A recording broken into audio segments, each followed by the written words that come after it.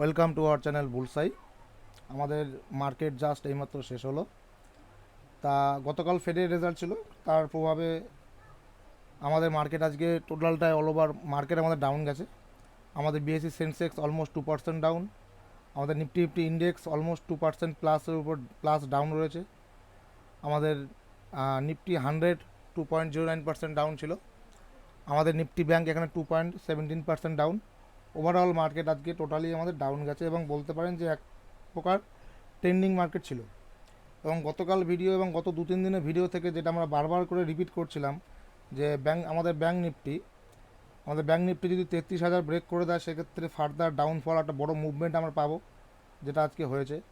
নিফটির ক্ষেত্রে বলা হচ্ছিল নিফটি যদি 15,600 যদি ব্রেক করে দেয় নিফটি একটা নিচের সাইডে ডাউনফল যাবে, সেটাও আজকে গিয়েছে। আমাদের অ্যাজ এক্সপেক্টেড যে আমাদের এক্সপেকটেশনগুলো ছিল মার্কেটের প্রতি, তার প্রত্যেক করে আজকে ফুলফিল করেছে। যেমন ধরুন আমরা এখানে বারবার করে আমাদের লেভেল এখানে টানা হয়েছিল 15,650। আমরা বারবার করে বলেছিলাম 15,650 ব্রেক করলে মার্কেট পড়বে, সেটা আজকে হয়েছে। আমাদের ব্যাংক নিফটিতে বারবার বলা হচ্ছিল মার্কেট যদি 33,000 ব্রেক করে সেক্ষেত্রে মার্কেট আরও ডিপ যাবে। মার্কেট আজকে আমাদের অলমোস্ট 32,617 ক্লোজ হয়েছে, অলমোস্ট প্রায় 500 পয়েন্ট, 33,000 লেভেল থেকে। সো আজকে যা মার্কেট হওয়ার হয়ে গেছে। তা আমরা আজকে ডিসকাশন করবো 17th জুন ফ্রাইডে মার্কেট আমাদের কীভাবে যাবে, ফ্রাইডে আমাদের ইন্টারডে সেট আপ কেমন হবে, সেটা নিয়ে আমরা আলোচনা করব।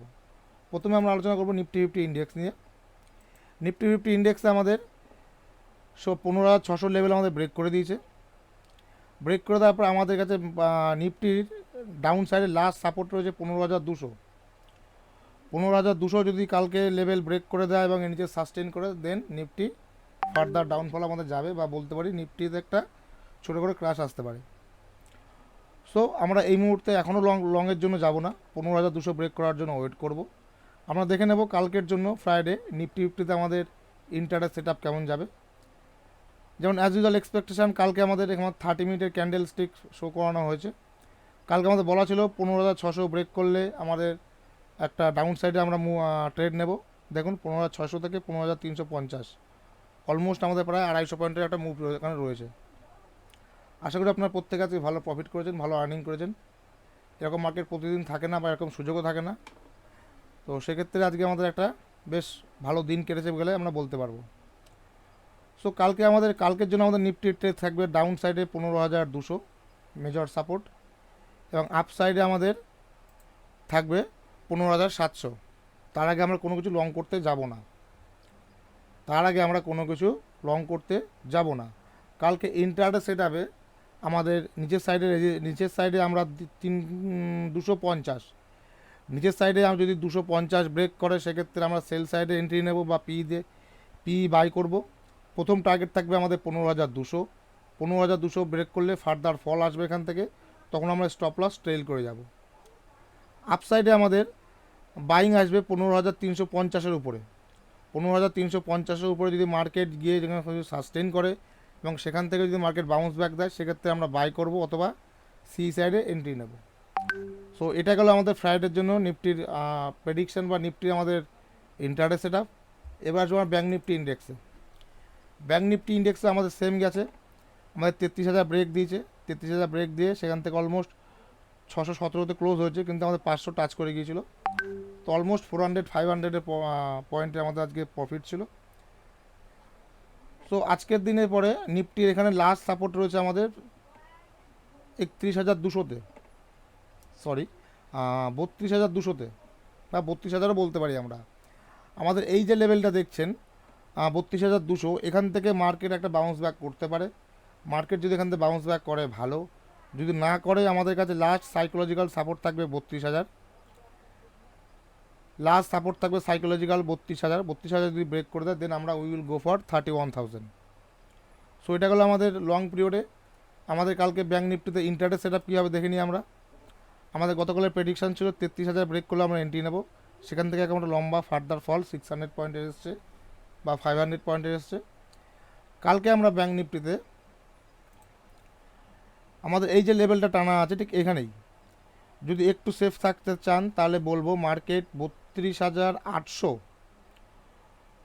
32,800 যদি ব্রেক করে আপসাইডে তার উপরে সাস্টেন করে এবং সেখান থেকে ফার্দার মুভ নেয়, সেক্ষেত্রে আমরা বাই করব বা সি সাইডে এন্ট্রি নেব। ডাউন সাইডে আমরা ওয়েট করব 32,500-র জন্য। 32,500 যদি ব্রেক করে এবং তারপরে নিচে সাস্টেন করে নিচের সাইডে ডাউন মুভমেন্ট দেয়, সেক্ষেত্রে আমরা ব্যাঙ্ক নিফটি সেল করব বা পি সাইডে আমরা এন্ট্রি নেব। কালকের জন্য আমাদের ইন্টার সেট আপ এটাই থাকবে। এবং মার্কেট যদি ইনকেস কালকেই 32,000 ব্রেক করে তার নিচে সাস্টেন করে, সেক্ষেত্রে আমরা লং করতে পারি। বা আপনারা যদি মনে করেন যে লং করবো, একটু লং সেফ থেকে করব, তাহলে আপনারা মন্ডের জন্য ওয়েট করুন।